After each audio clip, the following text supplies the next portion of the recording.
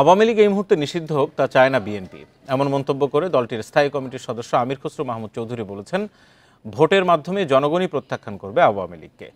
মঙ্গলবার দুপুরে জাতীয় প্রেস ক্লাবে আলোচনা সভায় এই কথা বলেন। জাতীয় প্রেস ক্লাবে টেক ব্যাক বাংলাদেশ নাগরিক ভাবনা নামের আলোচনা সভা আয়োজন করে voice for democracy and voters rights.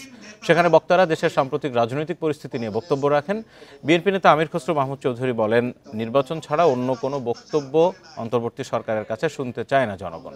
প্রয়োজনীয় সংস্কার ছাড়া আর কোনো কাজে সময় নষ্ট করা উচিত না। তিনি বলেন, অনির্বাচিত সরকারের মেয়াদ দীর্ঘস্থায়ী হলে তা গণতন্ত্রের জন্য সুফল বয়ে আনে না বলেও মন্তব্য করেন আমির খসরু।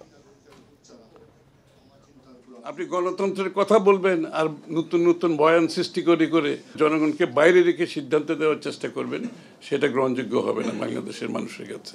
আপনি যদি আওয়ামী লীগকে ক্যান্সেল করে দিতে চান অন্য কোনোভাবে, এগুলো টিকে থাকে না। আওয়ামী লীগকে ক্যান্সেল করতে হবে, জনগণের ভোটের মাধ্যমে আওয়ামী লীগকে আপনাকে ক্যান্সেল করতে হবে।